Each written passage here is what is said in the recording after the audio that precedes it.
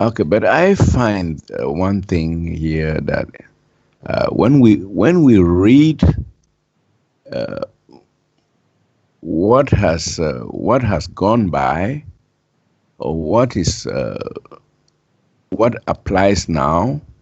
Let's say when we read when we read the letter of the law, we can get into the spirit of the law, sort of.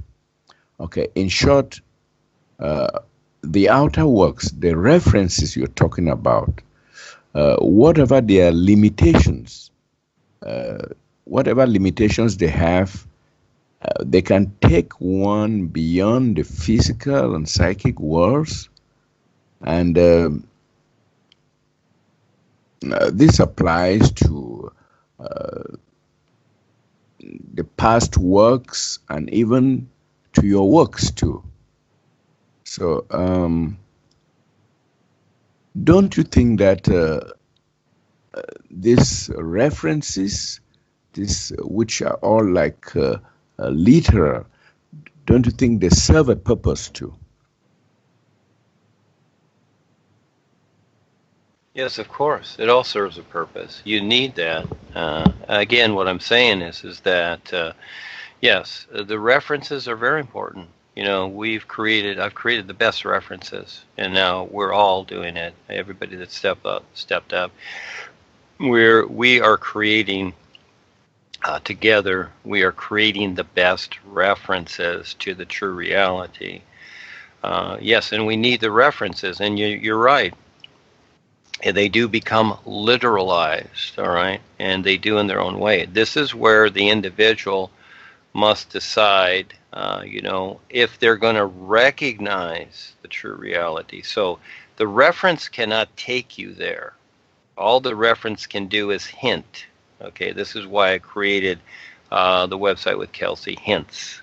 Okay, really, that's all it is. A reference is a hint. Everything in creation is a hint. That's all it is. That's all it can be. And this is where the pray for purity idea is, okay? And that is that I went over this yesterday, and because purity is the isness. And so people use the vehicle or the idea or reference of prayer, okay? And that's fine. It doesn't matter how you do it. But as long as you focus on purity, because there is no purity in creation. There cannot be, because it's a simulator. That's like saying, that, the images you see in a movie are real, and that those people are alive. Even though they seem alive, they're not. It's just a projection. It's not really them. It's just a projection. It's something that's been taken from them. It's something that's been copied, okay, from the so-called reality that they are, the physical part or whatever. So we make copies of these things. So yes, this is where we see it in the world. We see it in the corporation that we've come through. It's become literalized, you see? And so Paul had to use something at the time, and he put things together that made sense, that would, get people to see what he's doing, something in that particular way. Well, as I looked at this, and I looked at the playing field, it's like, well, I don't want to be bored. I don't want to just do the same thing everybody else has done, which would be very easy to do and could be very popular, okay? But at the same time, I wanted the challenge of seeing what else there is. And I didn't know. I struggled with it. 2001, when I took the real position, I had taught many of the people in the class for 20 years. And I struggled with it, and with them too. And that is, I saw that I was struggling. I saw it, but I couldn't figure it out. I just couldn't figure it out. And I became frustrated in many ways, and I was working my business, which was fine and good. I like my business, but at the same time, there was a frustration there. And so after about a year and a half, I stepped back.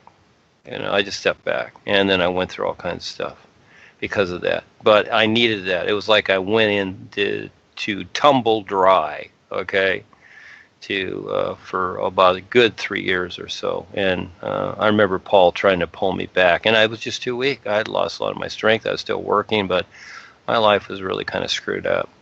And so eventually, through a lot of struggle, eventually Revizar brought me back in '07.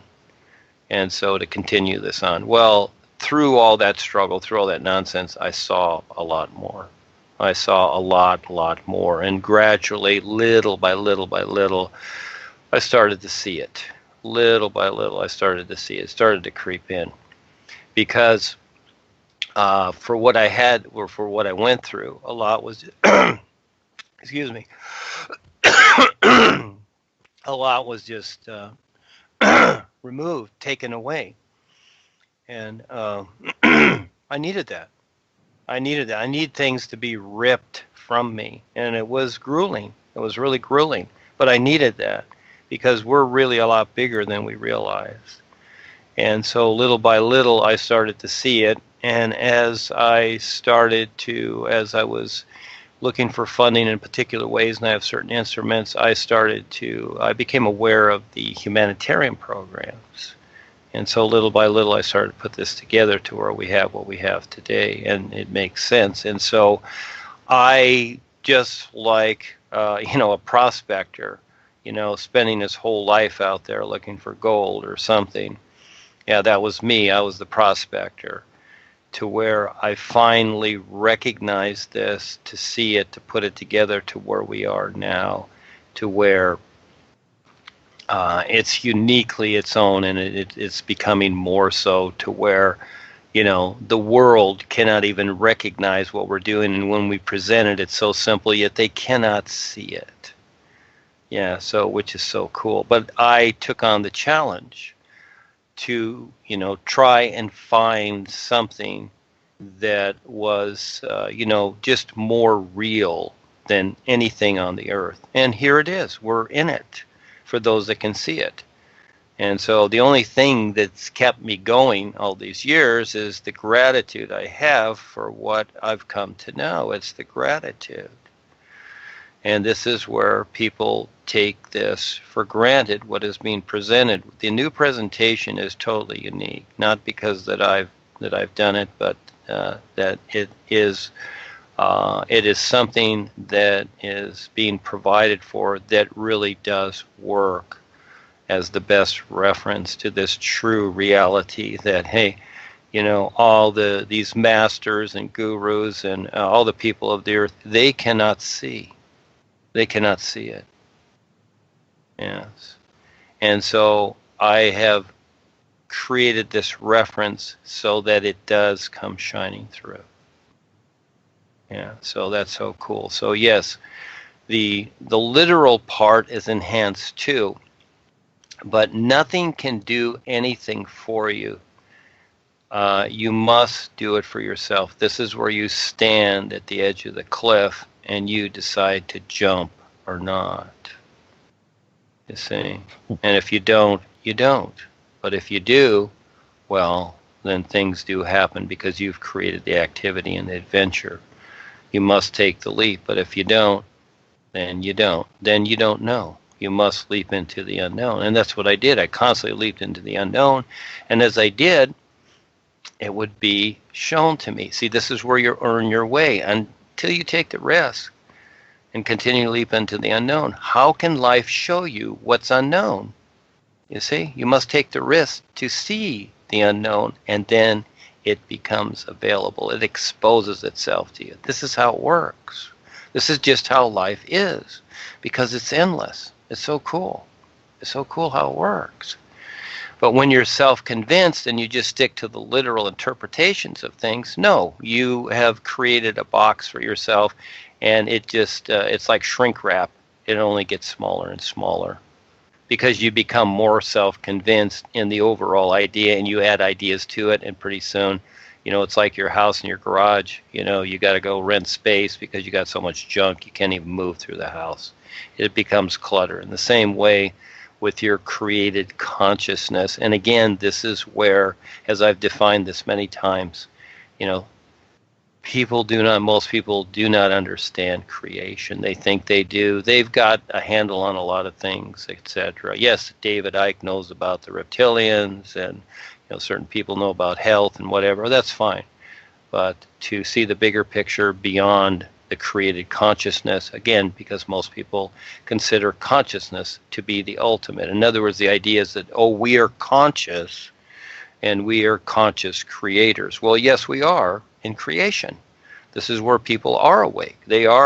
Each person has an aspect of awareness and consciousness that they've created to work through as a vehicle in creation.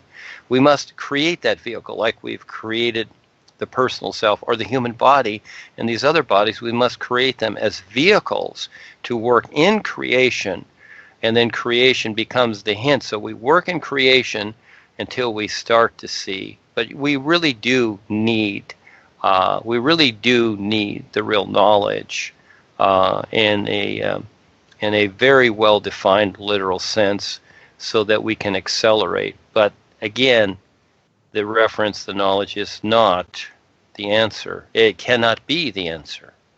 And this is where the world looks to it as the answer. It cannot be the answer. And just like science is going to the bottom of the sea and in outer space looking for more rocks, thinking that they're going to find the secret of life, they never will, because it's a recognition. And so it has nothing to do with anything in creation. Creation's only the reference. Just like a child wearing diapers. Once that diaper is soaked, you toss it. You see? And the same thing with the created consciousness. Eventually you toss it. You don't want it anymore. Yeah, you don't want it. You don't want any of it, because again, it doesn't serve purpose anymore.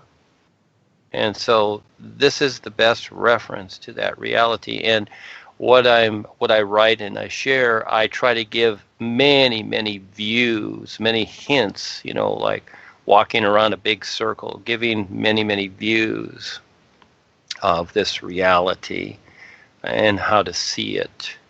And so, because with that, you will be complete, but yet the journey is endless. There is not just, okay, there it is, poof. Okay, I see it now. No, you don't, because it's endless. Yeah. And many people will consider that within their literal self and create that in their consciousness, but that's not it. So, but anyhow, this is where we have fun.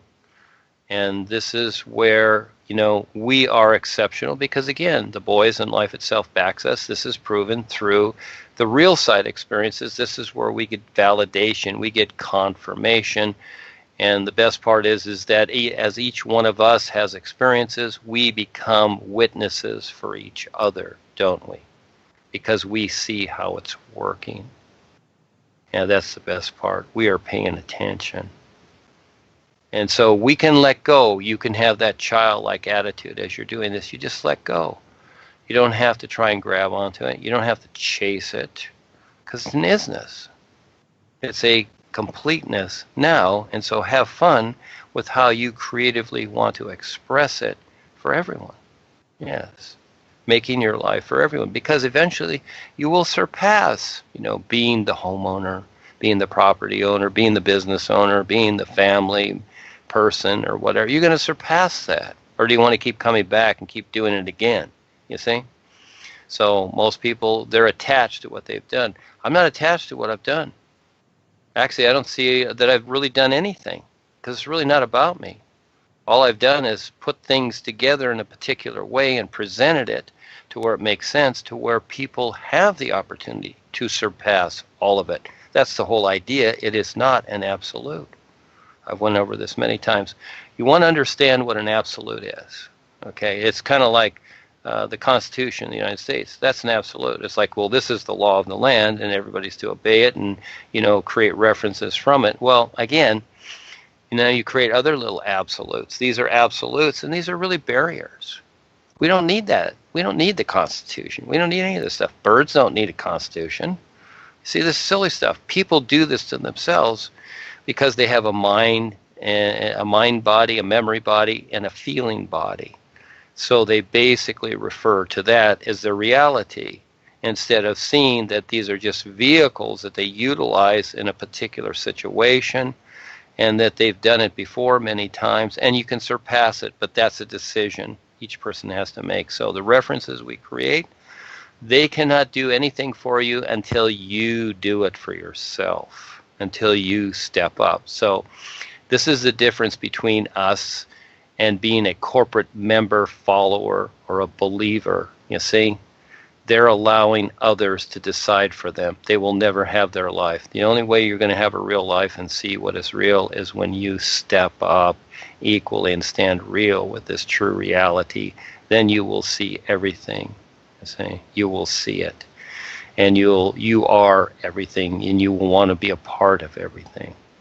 See, so again, yes, it is very, very necessary, all of what we're doing. But at the same time, if we just limit ourselves to what we've created, then eventually, just like fruit on the tree, it'll all rot. Because it will. Because there will be something new that will always come from whatever, you see. So it's always that new nowness that's very important. And when I was in my business, you know, I spent the money because I made it. I always wanted a new truck. And every time I got a new truck, it was new life. And I saw it, and business got better because that's how I set it up. Because you know what? I always liked the new stuff. And I had a friend who always bought old used cars. He says, why do you spend all that money, Duane, on these new trucks and et cetera, et cetera? I say, well, because it's not about the money, all right? It's about my life and what I see and decide. And, you know, and personally, you know, I don't want to drive an old clunker around. I want to be new all the time. I want it to be new. I want this vehicle to be new because this is what I do. And it's not a demonstration to the world. It's just me. That's my personal self. I do something for me once in a while. But for the most part, I like the idea that it's always new. And I'm not saying people should go do that. No, that's not the idea. It doesn't matter if you have an old car or a new one. That's not the idea. That was just a game that I played with myself, you might say, because I worked hard. I did everything for everybody. I was out there in the world doing classes and lectures everywhere. So this is one of the little things I did for my personal self. That's all. You know, like now I make my chocolate candy bars and a few things. So whatever. But the references are very important. That's why the projects are very important, but not to get stuck with them. We don't need emotional attachments with them because they're going to evolve. There is evolvement, you might say, we'll use that term, in creation. Okay, but the isness, life is, does not evolve because it's a completeness. And this is where, again, people are not seeing the whole picture, but they can. And that is that it is not the evolvement of the consciousness that's important. No. It is the recognition and becoming more aware of your real awareness. That's the real position people are looking for. But the so-called evolvement or enlightenment that people refer to, that's all in creation. And it's just really it's really a circulation of things continually circulating. And most of the time people are circulating the same old stuff. That's all there is. It's the same old stuff. And the Ekkas are realizing this with Harry. He's just coughing up the same old stuff that he did before. And it's really going nowhere. Never did. And now they're waking up to the fact that it doesn't go anywhere. But ours does. Because our references, everything that we're doing with the all-natural environment, from the homeschool to the university to the Vessel Project, the intent behind that references the all-is. That becomes the difference. It doesn't represent gods or masters or all these funny things. No, it represents, you know, it's not quite evident to everybody, but it really, the intent is, and we don't have an agenda. We have an intent, and that is it's for the all-is, to recognize the all-is. That's why we're doing it. We're just creating many different types of references, and as people get involved in the activity, all of a sudden they catch on, they see what we're doing, oh, they start singing the new you, they're going through their steps, etc. And so we're creating many references, yeah, but not to be self-absorbed and overly attached to these things. Sure, we want to see them succeed, but at the same time, the bigger picture is that when we all recognize, absolutely, you might say, the all is for what it is, then we don't need any of these things. We don't need any of it. So we will get past it all, but in the meantime, we will go through the process. So yes, the literalization, but not to get stuck there, thinking that, this is where, again, they've taken Paul's works and what Harry has written, etc., and it's become the sacred writings now. Well, see, that's where it's baloney. You know what they're saying is, oh, we've locked it in. Now it's sacred. Now all of a sudden, abracadabra, a little magic, a little voodoo, and a little, puff of smoke, and wow, it's all sacred now. See, but what that does, what does that do? That's to convince others that what they have written in a literal sense is the ultimate and an absolute, which is a fallacy and deception. So there you have it. That's the simple version. Charles, thank you for listening. It's for everybody. Then thank you. I wish I could remember everything you've said, word verbatim, but my mind cannot just hold it. Yeah, because it's really too much. In fact, when I'm listening, it appears everything is sinking, but later I will not remember. So I only hope that the tapes that maybe Chris is doing will help us get these explanations later. In fact, because it's incredible, we can't really. We need this. What you've just explained, because we'll be confronted with this, and we need to explain to people, and maybe you'll be grappling with words, and don't know what to say. You can't say it well, but if you can refer to what you said, it will be the shortest way to overcome any challenges that we may face out there, explaining to people what you've just said. So thank you very much. Well, just know, let me just jump in here, that there's always another way. I have hit so many closed doors with what I've done in the business world and with my instruments, but finally there's always another way, and the boys always show another way.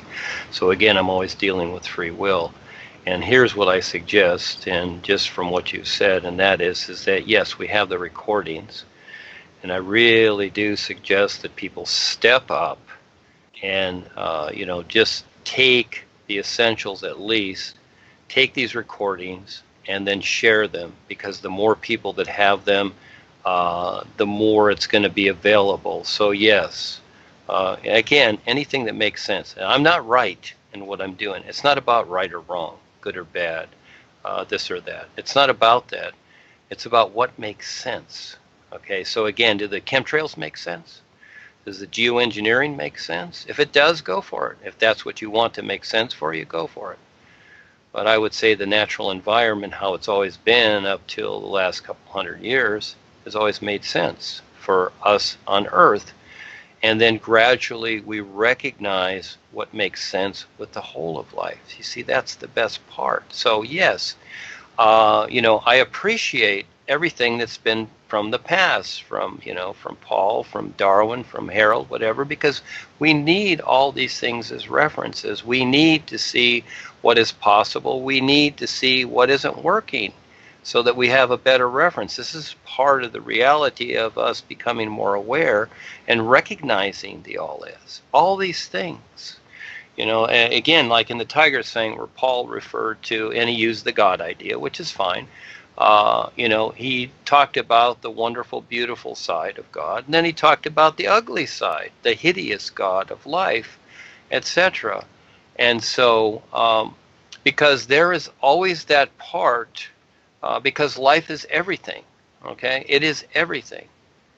And so realistically, because of how you see the true reality of life is, you decide the real universe is. Yes, it's very so, because it's according to how you recognize it and see them. And so this is all this isness can be. It can only be a recognition and you deciding. So the same is as we are in creation. Do you want to be able to see more and see life, as the perfection, as the isness it is? Well, then you must become involved. You must create some kind of activity to ignite that. And we've went through the passive systems. We've learned from that, and that was fine for that time, just like when we were a child raised with our parents. But now we're into the bigger part, and the passiveness doesn't work anymore. And we see that. It doesn't work. It looks good, it's cute, whatever. That's the comfort zone. It doesn't work. And so it's not to where we become overactive and we become pushy, no, but we make sense of it. We really start to see things. I'm going to write another group here. I started it. The old saying in the corporation was balance and harmony. And that's good. I use that idea. See, so many, I've heard it from the members. It's like, well, all life is balance. Okay, so what do? You just stand in one position, like in the middle of the street, and you just hum? Is that what you do? So now you're in balance? Well, see, basically those ideas are in creation to help people get along with cause and effect. That's the whole idea, you see. And the idea even referred to in the Tiger's Fang, where the supposed God talking to Paul says, well, all life is balance, whatever. Well, again, that's the literal sense. But more so than that, more so than just looking at balance, because balance really is, and harmony, okay, these things are fine, but it's not always activity, okay? So these things are really in creation, because what is really defined best is the true reality of life is an isness. It's a complete isness. And so, again, these ideas, most people cater to them and think, well, I'm in balance. I'm always staying in balance. But what they're really saying is that I'm not going to take any risks, so then I'll be out of balance. I'll be creating karma. Well, again, karma is a decided thing, and it just depends upon your intent. But when you have the intent to present something real, to recognize more so than what you already do, well, there is no karma. You see, it doesn't exist, because the isness life is, there's no karma there. So if your intent is with the isness, there's no karma, even though you did flub up once in a while. You might say you have the big credit card in the sky once you've earned it. Yes, I have one of those. And the thing being is that even though I do flub up once in a while, do funny things, I take care of it. It's taken care of. And so because the intent is there.